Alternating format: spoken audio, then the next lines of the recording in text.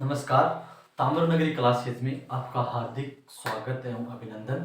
Video देख के video को लाइक करें, शेयर करें और अभी तक चैनल को सब्सक्राइब नहीं किया तो सब्सक्राइब करें, ताकि ये वीडियो जो भी कॉन्सेप्ट अपना चल रहा है वो सभी तक, जो भी पढ़ने वाला स्टूडेंट है, जो भी हमारे मित्र है, उनके पास जो कॉन्सेप्ट चल रहा है, जो बातें चल रही है वो पहुँच सके।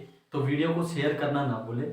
और अपन राजस्थान का भूगोल, राजस्थान के भूगोल में आज नया चैप्टर जो बहुत ही हार्ड रहता है उसको कॉन्सेप्ट से करने की क्लियर कोशिश करेंगे कि आपको थोड़ा समझ में आए।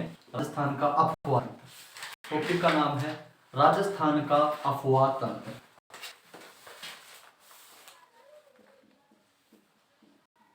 अफवाह तंत्र, अफवाह तंत्र को देखो आज अपना नया टॉपिक है राजस्थान का अफवाह तंत्र।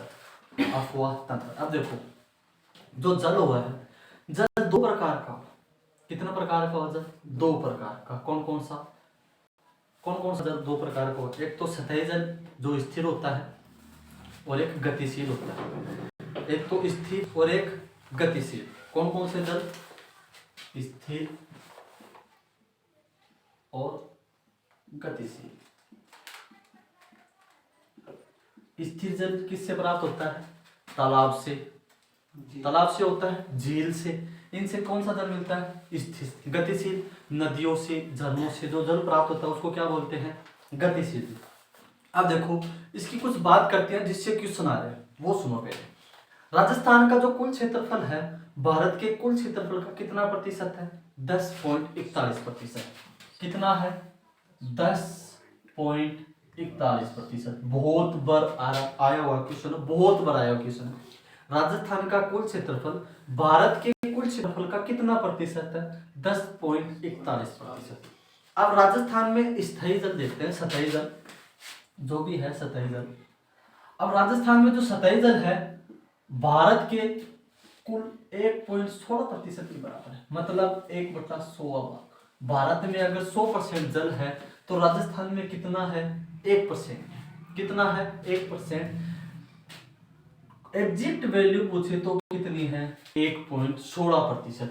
ये क्वेश्चन 4-5 एग्जाम में आ चुका है, इंपोर्टेंट क्वेश्चन है कि राजस्थान में सतही जल भारत के कुल सतही जल का कितना प्रतिशत है? 1.16%, या फिर 1/100, 100% में 1%। 3-4 एग्जाम में क्वेश्चन आ चुका है, आ सकता है, आगे भी दोहराया जा सकता है। 2017 से 19 तक का जो पीरियड है उसके अंदर 3-4 एग्जाम में लगातार आया था। एग्जैक्ट वैल्यू पूछी थी 1.16%। पहले जो एग्जाम था उसमें तो 1% ऑप्शन में था, सेकंड एग्जाम में 1 भी था, 1.16 भी था, तो कितना है? 1.16%। अब देखो सतही जल दो प्रकार के होते हैं, स्थिर जल और गतिशील जल। स्थिर जल कौन कौन से, किससे प्राप्त होते हैं? स्थिर जल तालाब, झील, इनसे। गतिशील नदियां, महासागर जो गतिशील रहते हैं। अब जो सतही जल है राजस्थान में, अब वो सतही जल किस प्रकार का होता है? देखो, एक तो जो नदियों से प्राप्त होता है, या फिर एक हिमानी ग्लेशियर से प्राप्त होता है। किससे? नदियों से या फिर हिमानी ग्लेशियर से।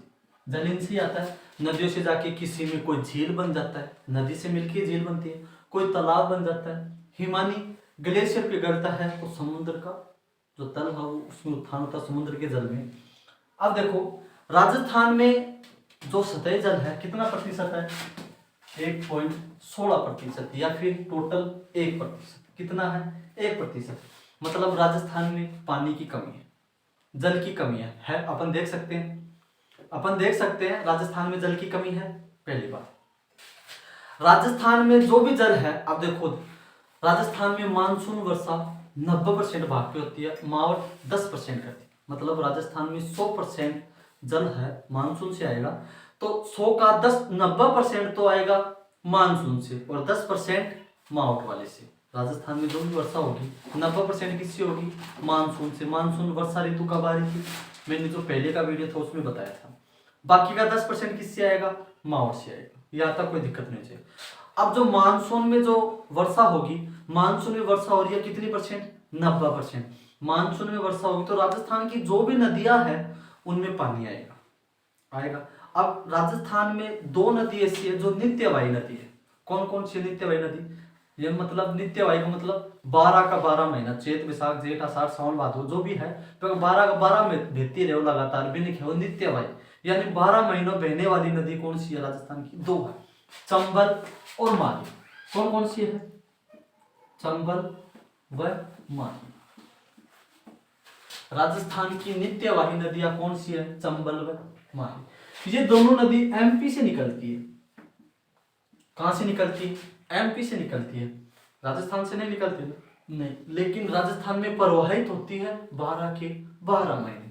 तो राजस्थान की नित्यवाही नदियां किसको बोलते हैं? चंबल व माही। क्वेश्चन आ जाए, राजस्थान से निकलने वाली 12 माही नदी कौन सी है?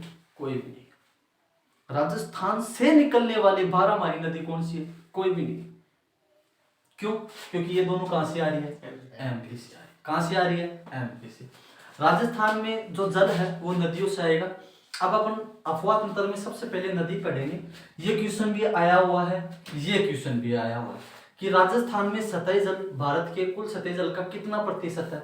1.16% या फिर 1%, 1/100। राजस्थान की नित्यवाही नदी कौन कौन सी है या 12 नदी कौन सी है? चंबल व माही। ये कहां से निकलती है? एमपी से। इनके बारे में आगे विस्तार से पढ़ा जाएगा। अभी एमपी से निकलती है। कहां से निकलती है? एमपी से। तो राजस्थान में नहीं है, राजस्थान से आने बाहर से आने वाली नदी है जो राजस्थान में प्रवाहित होती है 12 के 12 महीने। तो राजस्थान की कोई पर्सनल नदी भी चाहिए ना जो 12 महीने बहती हो, है क्या? नहीं है। तो ये राजस्थान की है लेकिन बाहर से आ रही है, राजस्थान की खुद की पर्सनल नहीं है जो 12 महीने बहती हो। राजस्थान में अधिकांशतः जो नदियां हैं वो मौसमी नदियां। कैसी? मौसमी, यानी मानसून में मौसम में बारिश हो जाती है तो नदियों में जल आ जाता है। तो राजस्थान की अधिकांशतः नदियां कैसी है? मौसमी नदियां। फिर और कुछ एक दो फैक्ट की बात देखते हैं। जो फैक्ट की बात है फिर चलेंगे अपन अफवाह तंत्र पे। अब देखो, जो अरावली है, अरावली, उसको भारत की महान जल विभाजक रेखा कहा जाता है। कहा जाता है भारत की महान जल विभाजक रेखा। अरावली पे वर्षा होगी, ये अरावली है, ठीक है। इस ढाल से जो नदी निकलेगी वो इस ढाल की तरफ, इससे निकलेगी वो इस ढाल की तरफ। मतलब नदियों का जल विभाजन कर रही है अरावली, नदियों का जल विभाजन कर रही है।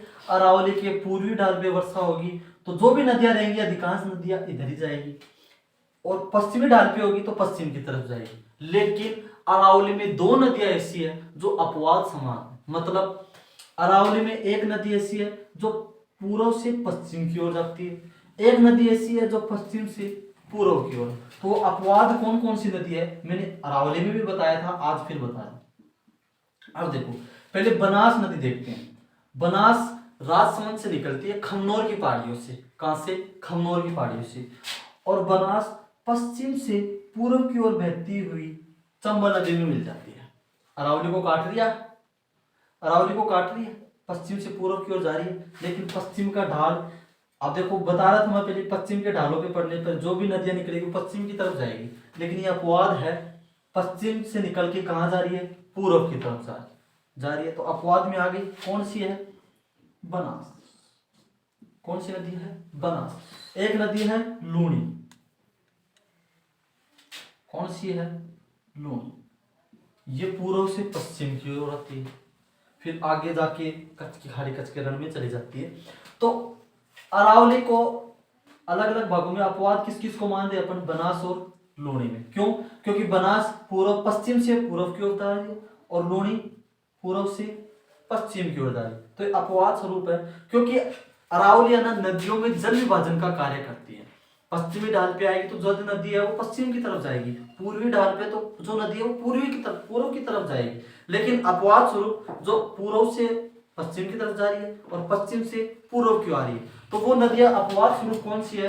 बनास व लूणी। कौन कौन सी है? बनास व लूणी। अब दूसरी बात, राजस्थान की अधिकांशतः नदियां, 100% नहीं, अधिकांश नदियां अरावली से निकलती है। राजस्थान की अधिकांश नदियां किससे निकलती है? अरावली से। ये लिख लो ये बातें आप आराम से।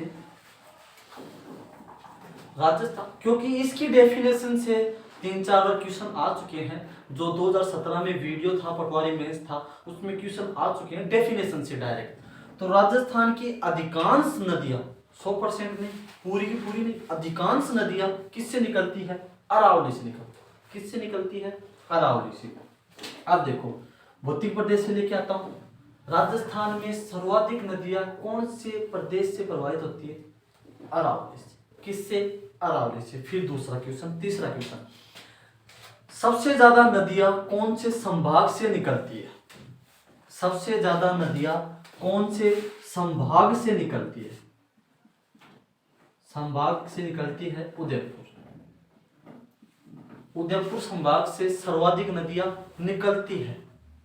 प्रवाहित कौन से संभाग से होती है? ये क्वेश्चन है, डायरेक्ट लिख सकते हो आप, फैक्ट के क्वेश्चन है, समझने वाला कॉन्सेप्ट आगे आएगा। फैक्ट की क्वेश्चन है। प्रवाहित होने वाला संभाग है कोटा। कौन सा है? कोटा। मतलब राजस्थान में सर्वाधिक नदियां कौन से संभाग से निकलती है? उदयपुर संभाग से। राजस्थान में सर्वाधिक नदियां कौन से संभाग में प्रवाहित होती है? मतलब बहती है, निकल तो कहीं से रही है, बह कहां पे रही है? कोटा में। किसमें? कोटा में। दो फैक्ट की बात। फिर तीसरी फैक्ट की बात, राजस्थान में सर्वाधिक नदियां कौन से जिले से निकलती है? राजस्थान में सर्वाधिक नदियां कौन से जिले से निकलती है? उदयपुर जिले से निकलती है। लिख सकते हो, फिर से बता रहा हूं, दोहरा रहा हूं, राजस्थान में सर्वाधिक नदियां कौन से जिले से निकलती है? उदयपुर जिले से निकलती है। एक क्वेश्चन, राजस्थान में सर्वाधिक नदियां कौन से संभाग से निकलती है? उदयपुर संभाग से। दो क्वेश्चन, राजस्थान में सर्वाधिक नदियां कौन से संभाग से प्रवाहित होती है? कोटा संभाग से। चार क्वेश्चन। पांचवा क्वेश्चन, राजस्थान में कौन से जिले से सर्वाधिक नदियां प्रवाहित होती है? जिला पूछ रहा हूं, संभाग तो कौन सा है? कोटा। जिला आएगा चित्तौड़। जिला कौन सा आएगा? चित्तौड़। राजस्थान के कौन से जिले से सर्वाधिक नदियां प्रवाहित होती है? मतलब निकल कहीं और से लेकिन बह रही है कहां से? चित्तौड़ से। संभाग, कंफ्यूजन वाले क्वेश्चन में बहुत बार क्वेश्चन आ चुके हैं, डायरेक्ट कॉन्सेप्ट वाइज क्वेश्चन है, आराम से फैक्ट की बात है, लिखना पड़ेगा, याद करना पड़ेगा इस चीज को। सर्वाधिक नदियां कौन से संभाग से निकलती है? उदयपुर से। सर्वाधिक नदियां कौन से संभाग में प्रवाहित होती है? कोटा में। सर्वाधिक नदियां कौन से जिले से निकलती है?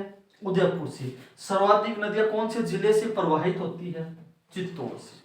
5 क्वेश्चन ये हो गए। फिर न्यूनतम नदियां कौन से भौतिक प्रदेश से निकलती है? पश्चिम मरुस्थल से। भौतिक प्रदेश कौन सा था? अरावली। सर्वाधिक नदियां निकलने वाला भौतिक प्रदेश अरावली।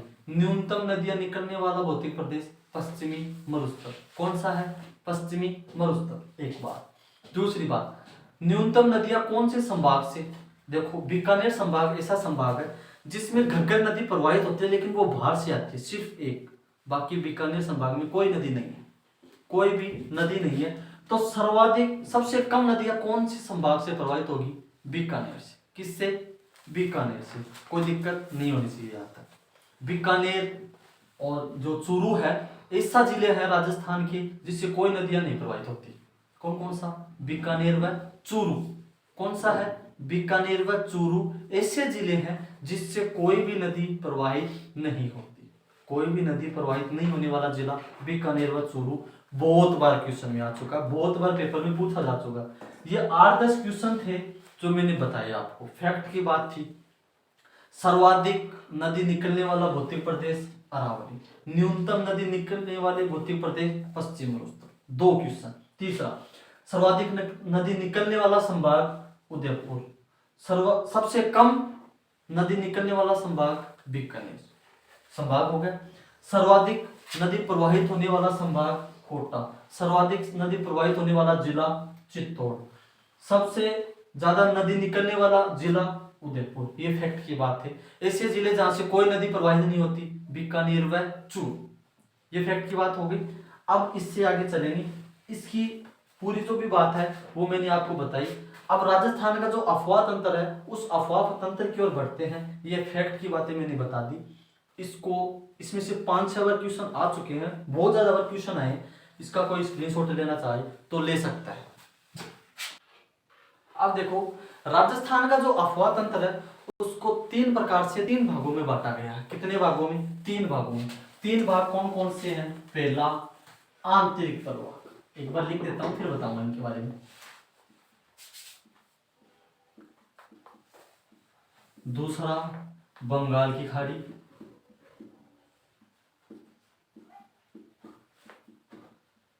तीसरा अरब सागर।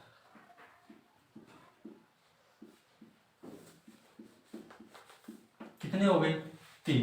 पहला है आंतरिक प्रवाह का, दूसरा है बंगाल की खाड़ी का, तीसरा है अरब सागर का।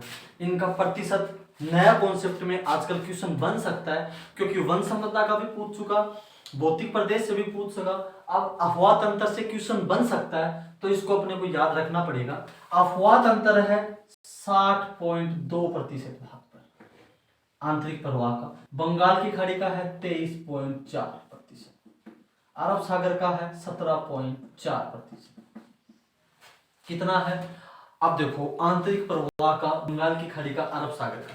एसी नदी जो राजस्थान से निकल कर राजस्थान में समाहित हो जाती है, मतलब या फिर बाहर से आ रही है और राजस्थान में समाहित हो जाती है, खत्म हो जाती है, विलुप्त हो जाती है। राजस्थान से निकली, राजस्थान में विलुप्त, बाहर से आई, राजस्थान में विलुप्त। ऐसी नदी कौन सी प्रवाह की होती है? आंतरिक प्रवाह की। यहां से निकली, आगे जाके खत्म, उधर से निकली, थोड़ी दूर आके खत्म। ऐसी नदियां जो राजस्थान से निकलती है, राजस्थान में खत्म, या बाहर से आती है, राजस्थान में विलुप्त हो जाती है, उन क्रम को, उन प्रवाह को कौन सा क्रम कहते हैं? आंतरिक प्रवाह का क्रम। आंतरिक प्रवाह का जो क्रम है, जो अपवाद अंतर है, यह राजस्थान का सबसे बड़ा अपवाद अंतर है। आंतरिक प्रवाह का जो अपवाद अंतर है, यह राजस्थान का सबसे बड़ा अपवाद अंतर है, और 60.2% भाग पे इसका जो वर्णन मिलता है। कितने प्रतिशत पे? 60.2%। कुल ये टोटल इसको गिनोगे तो 101% आएगा। आप गिन सकते हो, 4 4 8 2 10, 10 बिंदु हाथ पाइए, 7 3 10 और 1 11, टोटल कितना आएगा? 111, 101। आर्थिक समीक्षा में डायरेक्ट ऐसे लिखे हुए, तो डायरेक्ट की डायरेक्ट जो बुक में थी वो मैं लिखा रहा हूं आपको। सबसे बड़ा अपवाद अंतर कौन से क्रम का है? आंतरिक प्रवाह का। कितने भाग पर है? 60.2% भाग पर। कितना है? 60.2। क्वेश्चन आ सकता है, इसमें से उठ सकता है क्वेश्चन, क्योंकि पिछली बार जो ग्राम सेवक था उसमें वन संपदा का था, जो आरक्षित, सुरक्षित, अवर्गीकृत वन थे, उनसे क्वेश्चन आ चुका है। जो भौतिक प्रदेश में जो जनगण जो है, क्या क्षेत्रफल है, जो जनसंख्या, उससे क्वेश्चन आ चुका है। कुएं नलकूप से आ चुका कि कुएं नलकूप कितने प्रतिशत भाग पे है। सिंचित क्षेत्र जो नहर से है वो कितने प्रतिशत भाग पे है। अन्य क्षेत्र नदी, तालाब, झरना, जो भी झरना वगैरह बचता है उस वो कितने प्रतिशत भाग पे है, तो वो क्वेश्चन भी आ चुका है। तो ये क्वेश्चन उठ सकता है, अच्छा क्वेश्चन बनेगा, उठ सकता है, मिलान करवा ले, उठ सकता है। आंतरिक प्रवाह का क्षेत्र कितने प्रतिशत भाग पे है? 60.2% भाग पे। बंगाल की खाड़ी की ऐसी नदियां जो राजस्थान से निकल के बंगाल की खाड़ी का जो अपवाद अंतर है उसमें जाके मिलती है, जैसे कि चंबल आती है, चंबल में बनास मिलती है, चंबल में मिलती है, यमुना में यमुना मिलती है, गंगा में गंगा जाती है बंगाल की खाड़ी में। तो राजस्थान की ऐसी नदियां जो मिल करके बंगाल की खाड़ी के क्रम में जाती है, वो कौन सा क्रम है? बंगाल की खाड़ी का क्रम। राजस्थान में इसका 23.4% भाग हिस्सा है। कितना है? 23.4% हिस्सा है। अरब सागर का ऐसी नदियां जो अरब सागर में जाके मिलती हैं, वो कौन से क्रम में आएंगी? अरब सागर में। इनका हिस्सा कितना है? 17.4%। कितना है? 17.4%। इनको बार बार बता चुका हूं, 101% हारे हैं, गिन सकते हो आप। लेकिन आंतरिक प्रवाह का कितना परसेंट हिस्सा है? 60.2। बंगाल की खाड़ी का 23.4, अरब सागर का 17.4। तो सबसे बड़ा कौन सा हुआ? आंतरिक प्रवाह। कौन सा हो रहा सबसे बड़ा? आंतरिक प्रवाह का। अपन सबसे पहले भी आंतरिक प्रवाह का जो भी अपवाद अंतर है वो पूरा पढ़ेंगे। राजस्थान का कौन सा अपवाद अंतर सबसे बड़ा है? आंतरिक प्रवाह का, जो राजस्थान से निकल के राजस्थान में विलुप्त हो जाता है, किसी नदी नाले में नहीं मिलता है, वो कौन सा है? आंतरिक प्रवाह का क्रम। अब इसको सबसे पहले इसको देखते हैं, आंतरिक प्रवाह का। आंतरिक प्रवाह की जो भी नदियां हैं वो देखते हैं। सबसे पहली नदी मैं ले रहा हूं घग्गर। कौन सी ले रहा हूं? घग्गर। घग्गर नदी, इसकी लंबाई है 465 किलोमीटर। कितनी है? 465 किलोमीटर। राजस्थान की सबसे बड़ी आंतरिक प्रवाह की नदी कौन सी है? घग्गर नदी। लेकिन ये बाहर से आ रही है।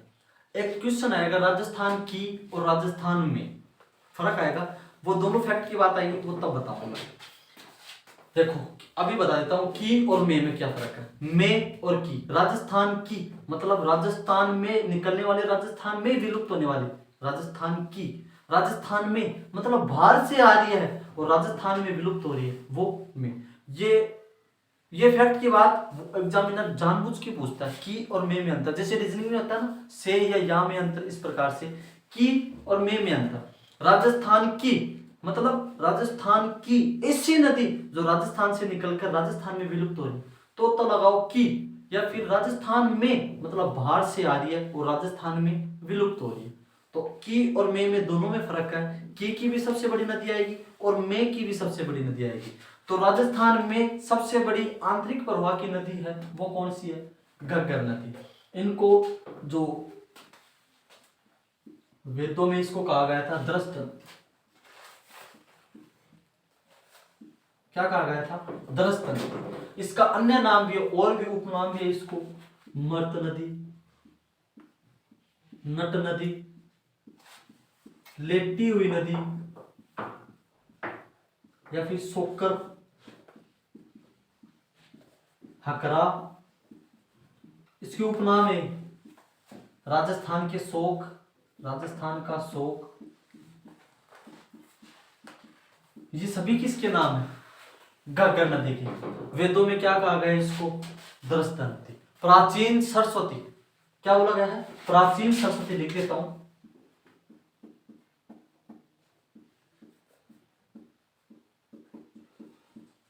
प्राचीन सरस्वती किसको कहा गया है, घग्गर को। क्या नाम है इसका, दृष्टदंती, किसमें, वेदों में। और क्या बोलते हैं, मरत नदी, तय है ये, तय नहीं है, तय। मेरी राइटिंग थोड़ी ऐसी है, आप समझ में आते हैं। मरत नदी, नट नदी, लेटी हुई नदी, सोकर, पाकिस्तान में बोलते हैं इसको हकरा। हकरा कहां बोलते हैं, पाकिस्तान में भावलपुर तक, भावलपुर में एक स्थान है फोर्ट अब्बास। अभी पूरा बताऊंगा, अभी डायग्राम बनाऊंगा इसका।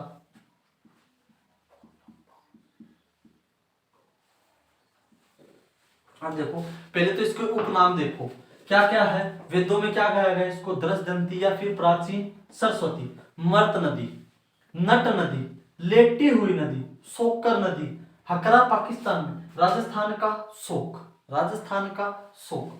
ये तो इसके उपनाम है। अब इसकी कुछ बात से देखते हैं। ये निकलती कहां से, ये पहाड़ी है, ठीक है, ये पहाड़ी है शिवालिक हिमालय। शिवालिक हिमालय में एक पहाड़ी है, कालका की पहाड़ी, शिमला के पास से। कहां से, शिमला के पास से कालका माता का मंदिर है, वहां से कालका की पहाड़ी से निकलती है। कौन से हिमालय से, शिवालिक हिमालय, हिमाचल प्रदेश से। कहां से, हिमाचल प्रदेश, दिख रहा है इसमें, देखो कहां से निकल रही है, शिवालिक हिमालय में, कालका, शिमला, हिमाचल प्रदेश से निकलती है। शिमला के पास एक जिला आता है कांगड़ा, वहां से निकल के आई, ठीक है, वहां से आई। अभी मैं इसको निकाल रहा हूं यहां से, ये नदी आ रही है।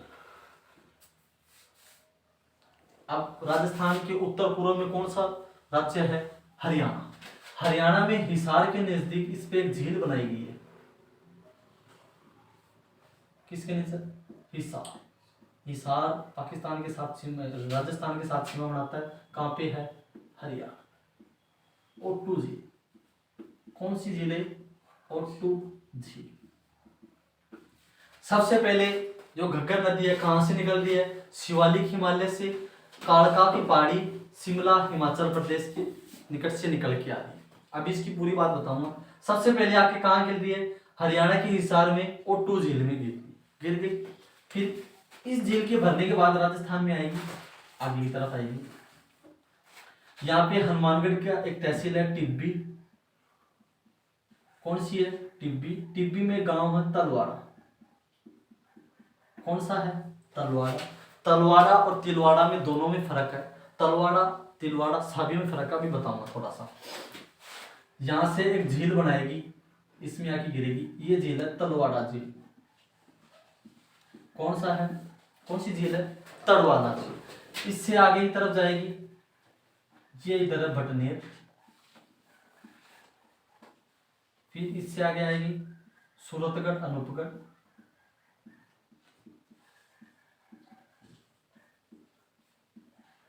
फिर इससे आगे जाएगी पाकिस्तान में फोर्ट अब्बास।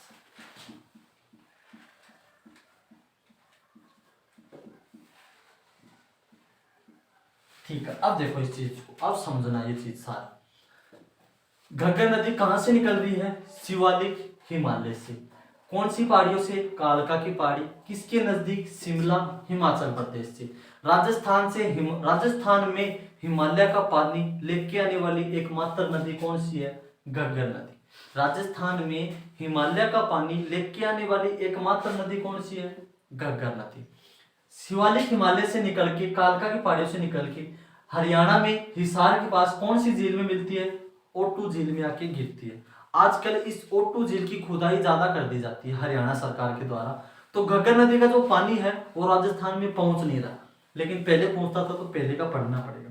आज वर्तमान के टाइम पे ओटू झील की जो खुदाई है वो हरियाणा सरकार ने ज्यादा करवा दी। अब कोई कुआं है, कुआं की खुदाई करवा दी तो पानी ज्यादा आओगे।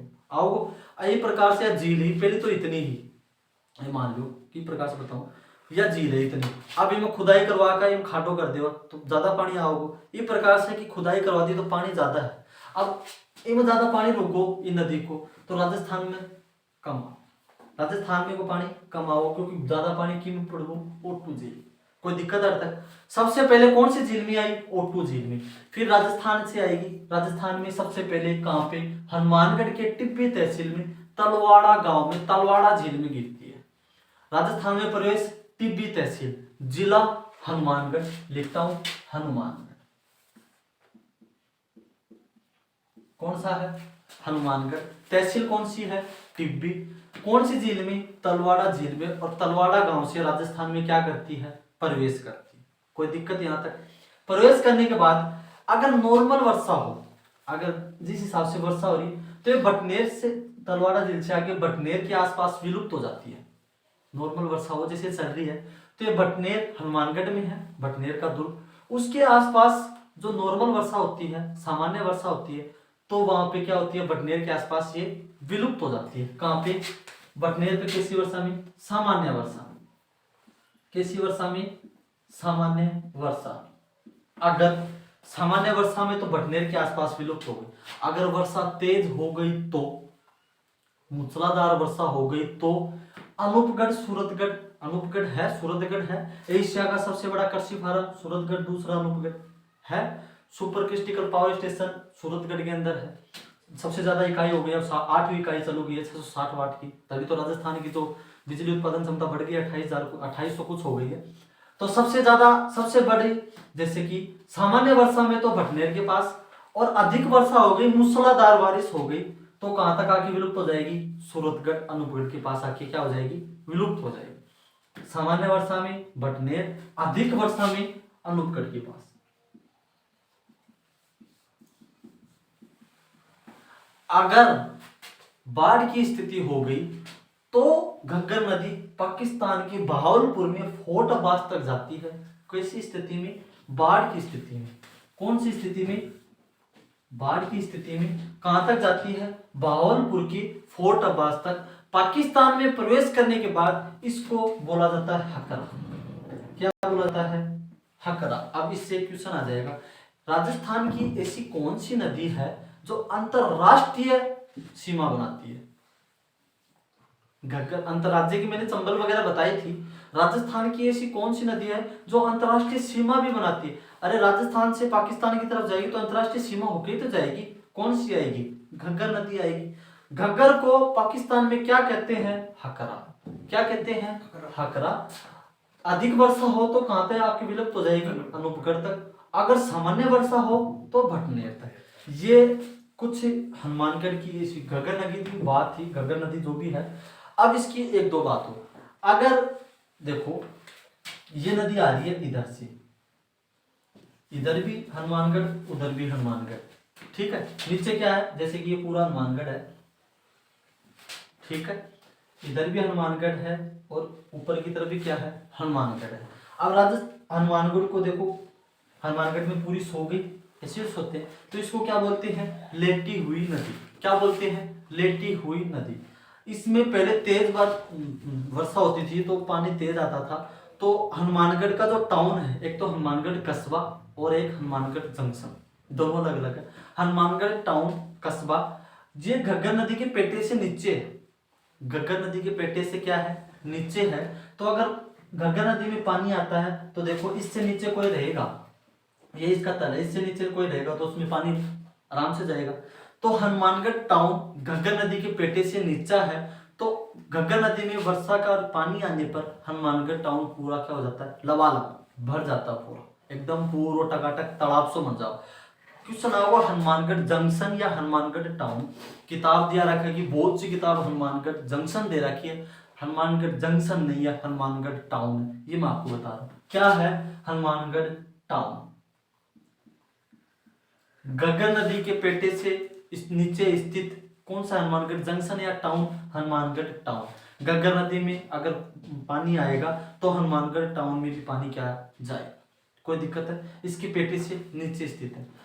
हनुमानगढ़ में पूरा सोके जा रही, तो इसको क्या बोल रहे हैं, लेटी हुई नदी। हनुमानगढ़ में देखो कुख्यात है, पानी भरगो तो कुख्यात होगी ना, एक तो विख्यात है, कुख्यात, दोनों में फर्क बताऊंगा। पानी भरगो तो इन्हें बोलो राजस्थान का शोक, क्या है राजस्थान का शोक। जो घग्गर नदी है ये मार्ग बदलने में बहुत ज्यादा माहिर है, क्या है, मार्ग बदलने में बहुत ज्यादा माहिर है, इसलिए इसको राजस्थान का क्या कहा जाता है, शोक कहा जाता है। क्वेश्चन आता है जैसे बिहार का शोक कोसी, तो राजस्थान का शोक किसे कहते हैं, घग्गर नदी को। राजस्थान में सबसे बड़ी आंतरिक प्रवाह की नदी घग्गर, राजस्थान में फर्क देखना इसमें, राजस्थान में सबसे बड़ी आंतरिक प्रवाह की नदी कौन सी है, घग्गर नदी। कौन सी है, घग्गर नदी। ये अपनी जो पहली नदी थी आंतरिक प्रवाह की, घग्गर नदी, रिवीजन करो, लंबाई 465 किलोमीटर। प्राचीन काल में को दृष्टदंती, प्राचीन सरस्वती, मर्द नदी, नट नदी, लेटी हुई नदी, सोकर, हकरा पाकिस्तान में, राजस्थान का शोक। और ये इसका डायग्राम है, ये अपनी है घग्गर नदी। आगे की जो नेक्स्ट क्लास होगी वो आगे करेंगे। वीडियो कैसी लगी, सही है कॉन्सेप्ट, अगर समझ में आ रहा हो तो वीडियो को लाइक करें, शेयर करें और सब्सक्राइब करें, ताकि आगे से आगे इस कॉन्सेप्ट का लाभ उठा सके। जय हिंद, जय भारत, जय जय राजस्थान। और चैनल को अभी तक सब्सक्राइब नहीं किया तो सब्सक्राइब करें, कमेंट करें। जय जय राजस्थान।